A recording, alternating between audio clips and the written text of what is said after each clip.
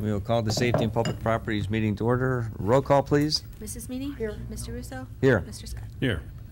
Okay, we need the approval of the minutes of September 13th, 2017. Okay, I'll make a motion to approve the minutes of September 13th, 2017. I'll second. Okay, roll call, please. Mrs. Meany? Yes. Mr. Russo? Yes. And Mr. Scott? Yes. Okay, we also need approval for the special meeting for the minutes of 9/18. I'll move to approve the minutes of the 9/18 as submitted. And I will second. Okay, roll call, please. Mrs. Meany? Yes. Mr. Russo? Yes. Mr. Scott? Yes. Okay, brings us to reports. We have one item, the jail report. Chief, anything that you'd like to bring to the committee's attention? Nothing other than items 9 and 10 that are already on the agenda, Mr. Chairman. Okay, any questions from the committee? Nope. Okay. Okay, item number 2, traffic enforcement, traffic report for the month of September. Chief? You have the monthly report in front of you. The only thing I'd like to add on that is that Councilman Scott's request, we have begun education and covert data collection on Fox Run regarding speed and stop sign, and that started earlier this week at his request. Other than that, you have the report. Great. Any questions from the committee? Mrs. Yes, ma'am. Meany? Okay, I'm Carrie. The first one, complaint of traffic signal at Aurora Road and Stomp Center, not cycling property. Learned that loops are broken. So, Those are the original loops in the pavement, and we had Okay. Parham come out. They've been patching them, piece patching them back together to maintain them while, we're getting ready to do our intersection widening project. Okay. So while, instead of replacing those and so you were just trying to hang in there? yes. So, because they're expensive to replace, and then once we do the construction, we would rip them out. But they are working properly right now. Okay. The light's not on recall anymore. Right, okay. And then just for an update on the Cannon Road. The Okay. Cannon and Harper. Harper, yeah, has that been replaced? Or? We did get the purchase order. It's not replaced. It's on order. The cabinet is in a temporary state there was an accident Right, that I took out the understand. cabinet.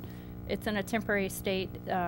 All of the parts are not able to fit in the temporary cabinet. Uh-huh. So the light is on recall. Right. We worked with GPD to change some timings because we Mhm. did have some complaints for the morning rush hour, and we made some timing adjustments, Mhm. and it's been working. We have updates on our website for that signal. We just gave Parham the go-ahead with the purchase order to get that replaced, but it is going to take 8 to 10 weeks. 8 to 10 weeks, Yeah. okay. So. Just wanted to know. Thank you. Anything else? Okay, great. Thank you. Brings us to engineering. Item number 3, Woodall Playground. I know that we had a memo from Mr. Bush. Carrie?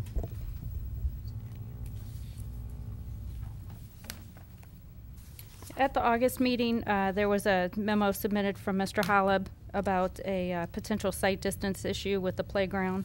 Just wanted to show some pictures here. This is Woodall here, and this is the area of the playground.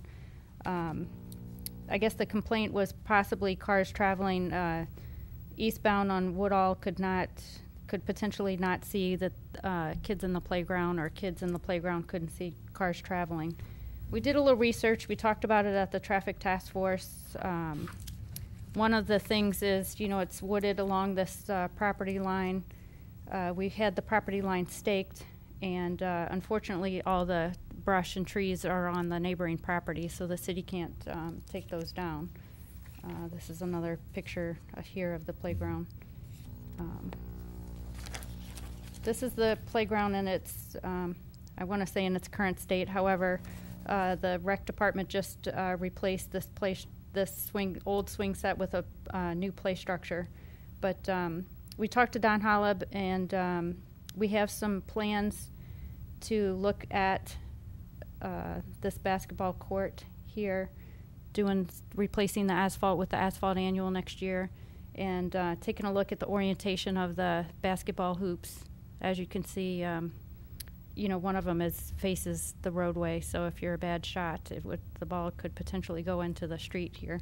So this is a proposal, just a sketch of what we could possibly do.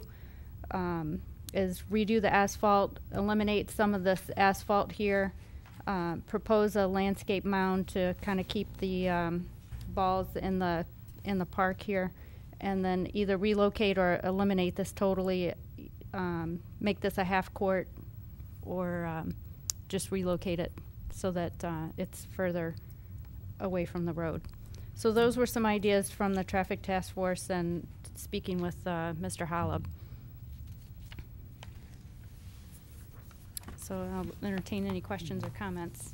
I guess the one thing is that I know the biggest concern was not only just the basketball, but just somebody just walking out from that entrance. Right. You know, there's no visibility for cars coming in that one direction. And I think, I'm not sure, again, I haven't been up there myself, but I'm not sure even if the pedestrian would be able to see oncoming traffic.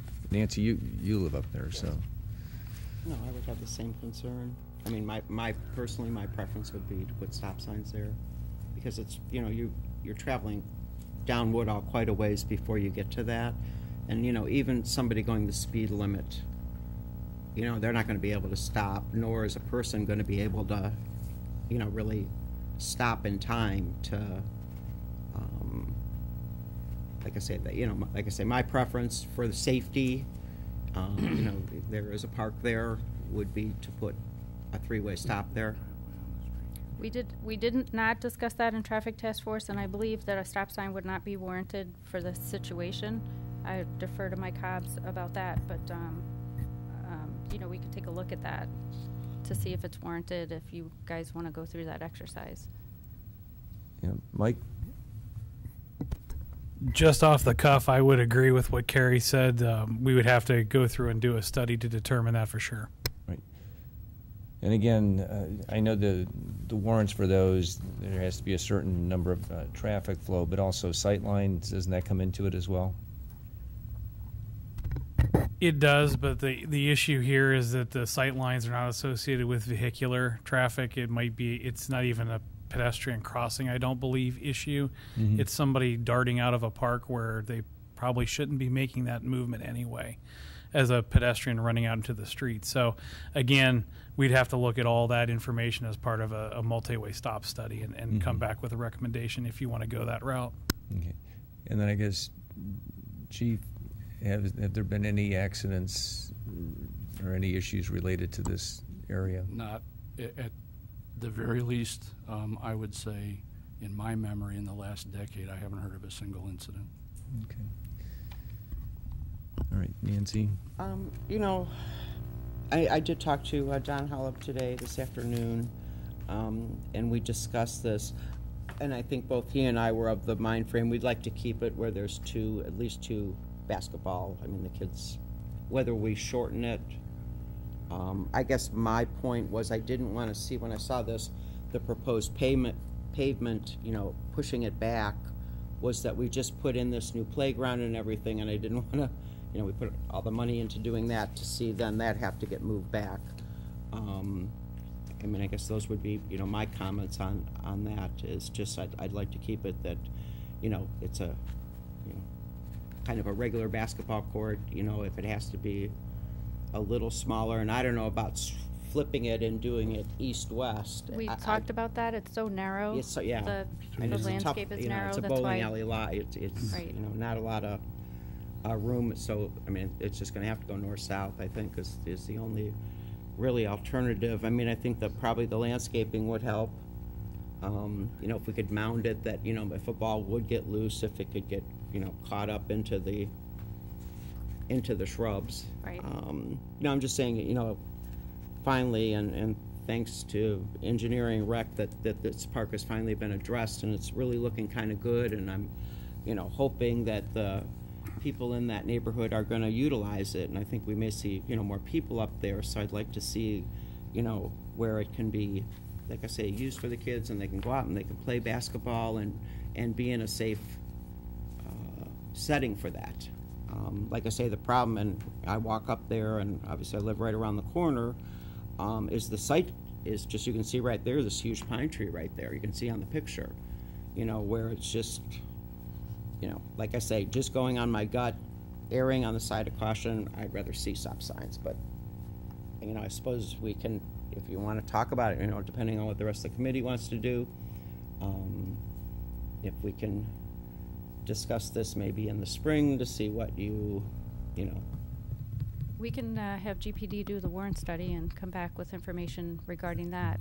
As far as this conceptual plan, this is just a crude concept, just Right. to give you an idea of what we were Right. discussing. Right. We don't have to eliminate as much pavement, but when we actually do this work, I would like to go out with Don Hollop and actually mark, Right. and take some measurements and stuff so that we can all agree Sure. and not eliminate what doesn't need to be eliminated.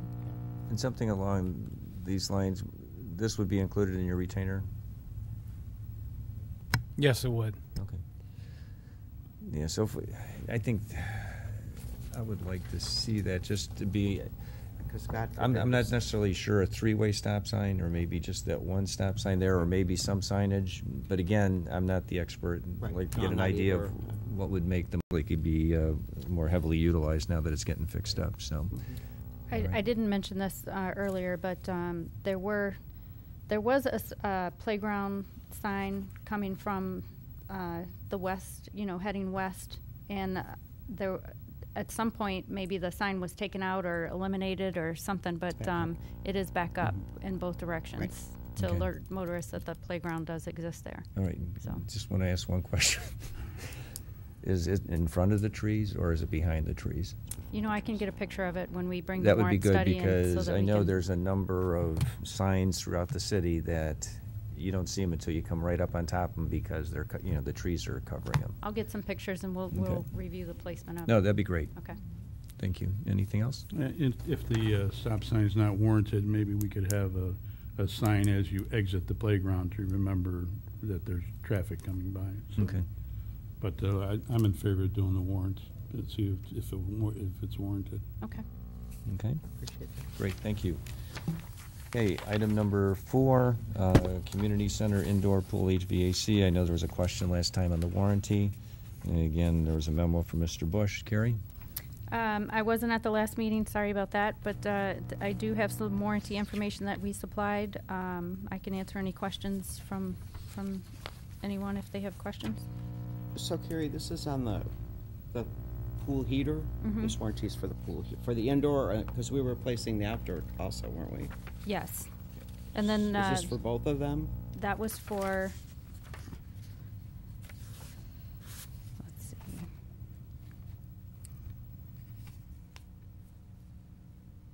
I think this is for the outdoor pool heater, the 5-year warranty. Okay. And then some of the major equipment is also listed in the email. The dehumidifier is 2 years on the drive line, 5 years compressor, 2 years on the coils.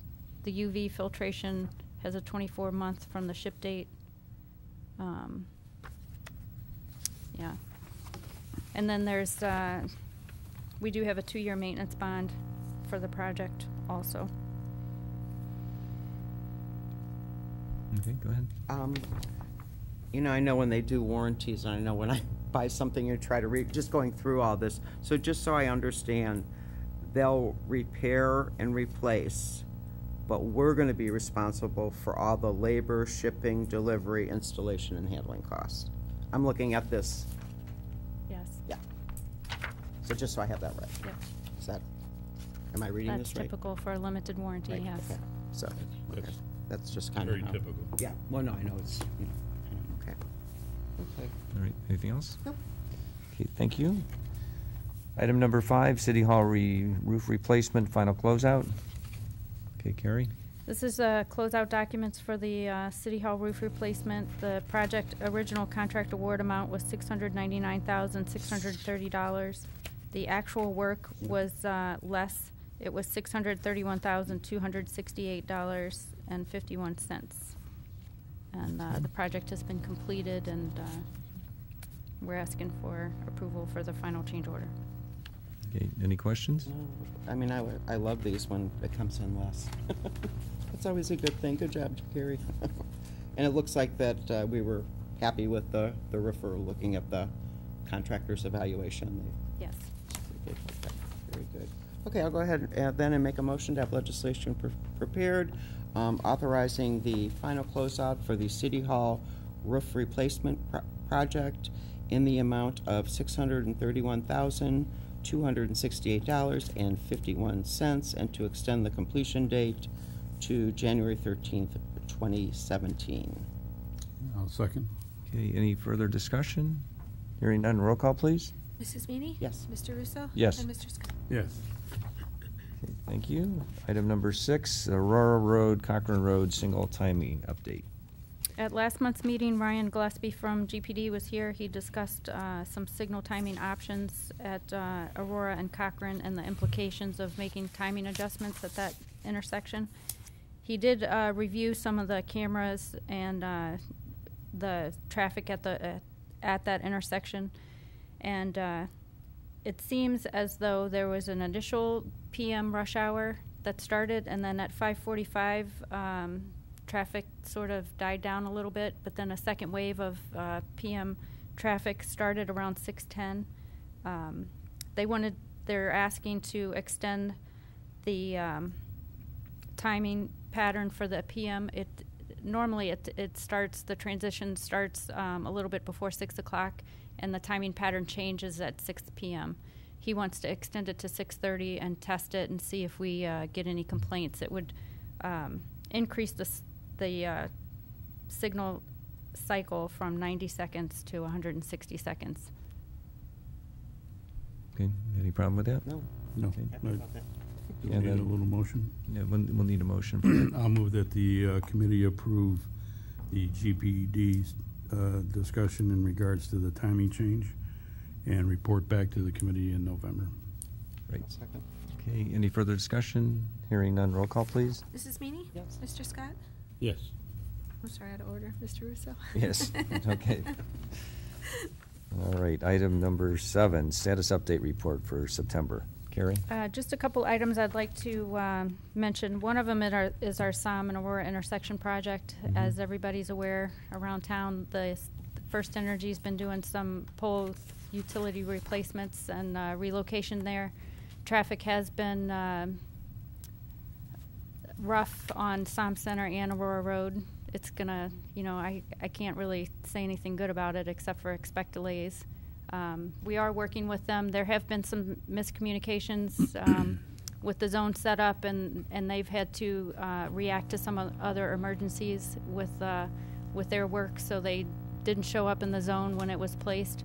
So we're working with the service department and CEI. They gave us a break this week. They're not working this week, but work will continue next week. And they have, I think, maybe 4 more weeks, of work.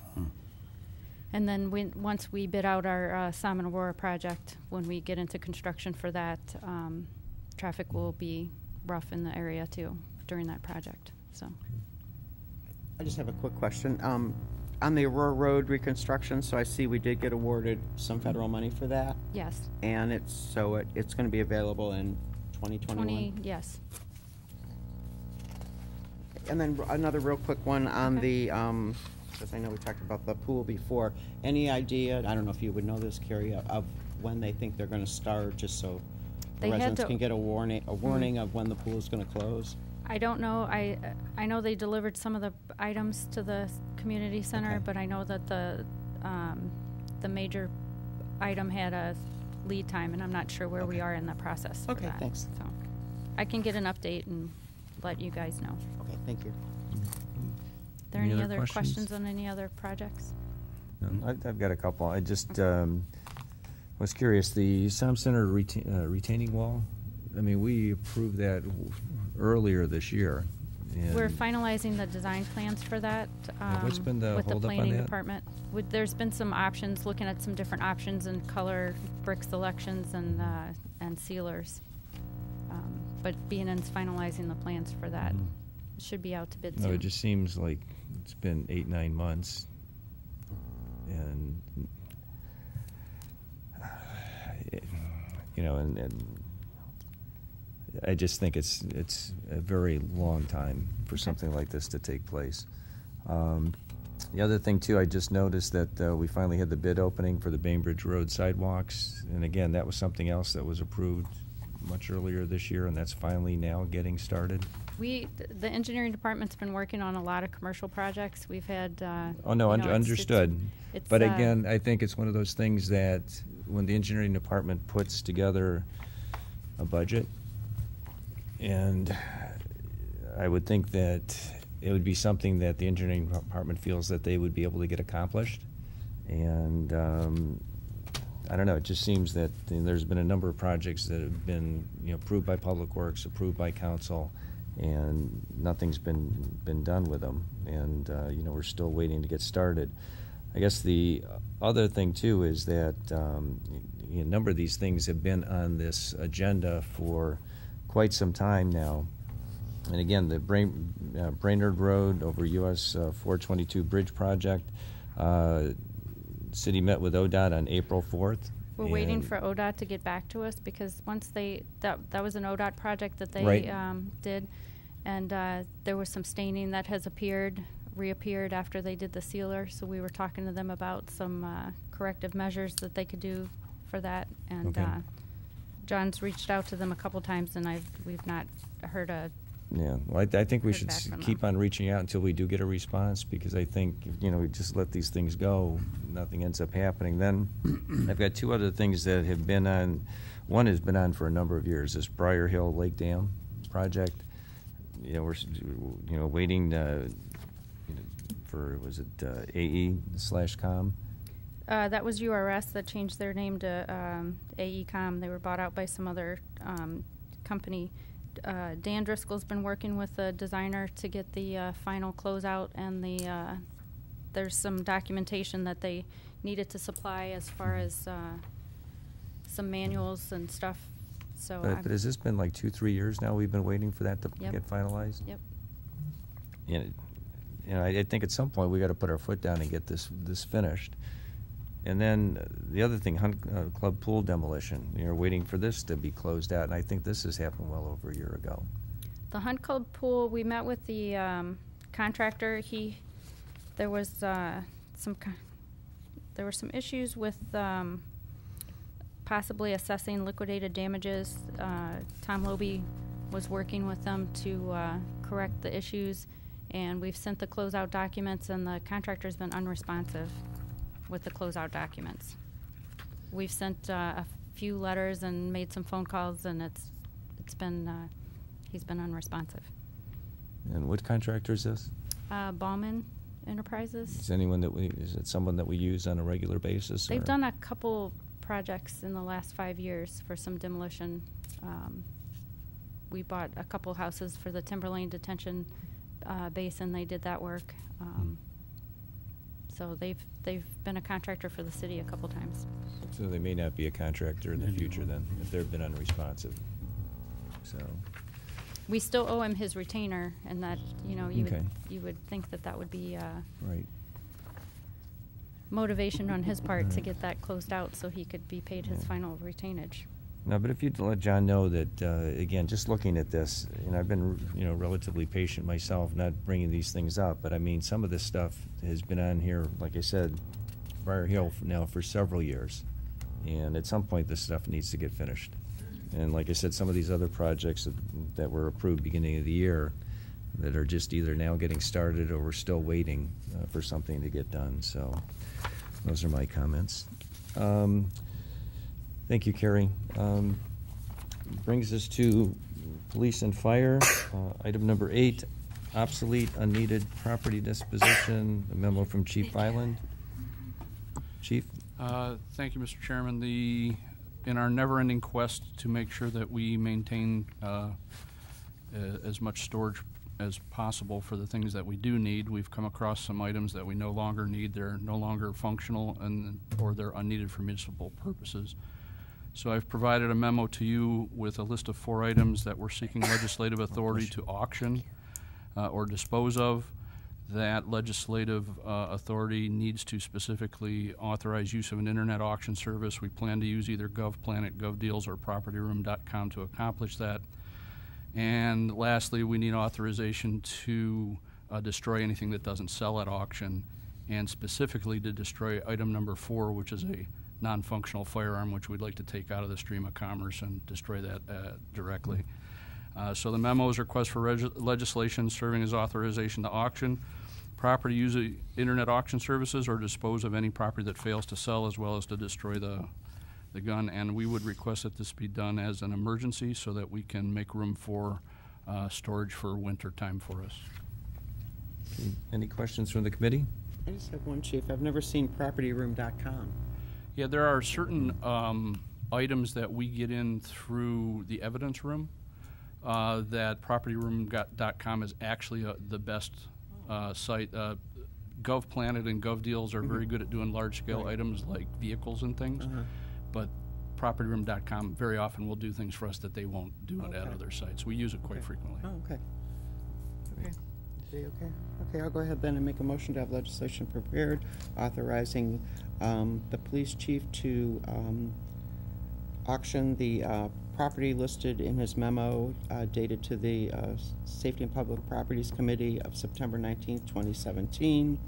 And if these items are not sold, that they can be disposed of and destroyed, especially the .22 caliber rifle, and that this be done under emergency so that they can create storage room for other purposes. Is there a second? I'll second. Okay, any further discussion? Hearing none, roll call, please. Mrs. Meany? Yes. Mr. Russo? Yes. Mr. Scott? Yes. Thank you. Okay, item number 9, jail service contract with University Heights. Chief? Yes, sir. At the last meeting, I mentioned to you that we were in negotiation with University Heights regarding a annualized jail service contract. It has been our goal for the last 7 years to try to maximize our revenue stream and to do that at a plannable way, and so that we've been creating annualized contracts rather than per diem contracts. University Heights has agreed to a 2-year contract with a base annual revenue of $81,600 per year, plus reimbursements for medical and other ancillary costs. So this memo and the attachment is a request for legislation authorizing the mayor, police chief to enter into this contract for jail services. We'd request that this also be done under emergency so as to meet an effective operational date as near to October 1st as possible. University Heights is closing its jail and has requested that accelerated timetable. So that's why we would ask for the emergency. This contract by form is of the same template and that we've used for Shaker Heights and Twinsburg, which have both been reviewed by law director and the previous contract compliance officer. Any questions from the committee? I just have one comment. Good job. Thank you. This is great, you know, that we're getting We these, keep trying. other communities Right. coming and using our jail. So Okay. good job, Chief. Just have one question, and I may have this wrong because I skimmed the paper this morning, but was there something between the city of Cleveland, Cuyahoga County that are looking to merge services, jail services, and would that have any impact on what we're doing? The impact of that remains to be seen. Cuyahoga County has taken over Cleveland's jail services at a rate higher than the market rate, and Cuyahoga County looks to be trying to absorb other municipal jails. They've already absorbed Euclid. They're in the process of negotiating with Bedford Heights, and I know they've reached out to both myself and North Royalton in an investigatory way. It remains to be seen how that would impact what we do in the future. And until we know better, we're going to continue along the path that we are, which is to maximize our revenue stream and offset our costs. Right. But we're always going to be open to seeing what other options are out there. And yes, there is going to be something probably within the next year, because they specifically mentioned the city of Solon in the newspaper in the Cleveland.com article, and they hadn't even talked to me. So No, they didn't. They just mentioned that they were going to be reaching out. There was an article that I saw they mentioned Solon. So, Okay, yeah. great. Mr. Scott? Chief, do they have the capacity to do that? What they've done is they have, it's my understanding that central booking will be downtown at the Justice Center, that they have set the House of Corrections, which was in Warrensville Heights, for demolition, and that they will be utilizing the Bedford Heights Jail facility and expanding that to be primary housing. And the Euclid facility, which is what they're currently also using, may become female-only housing. So it's not real clear what their plans are. They haven't shared anything with me directly, but we certainly keep reaching out to them to try and understand what their goals are.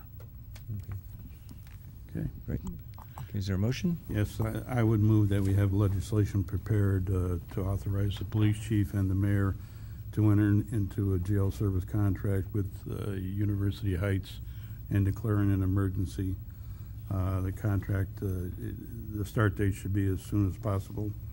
And also it's annually for a stipend of $81,600. Second. Okay, any further discussion? Hearing none, roll call, please. Mrs. Meany? Mr. Russo? Yes. Mr. Scott? Yes. Okay, thank you. Item number 10, inmate telephone service agreement extension. Chief? Yes, thank you. One of the things that we're mandated by state jail standards to supply to inmate population is telephone access.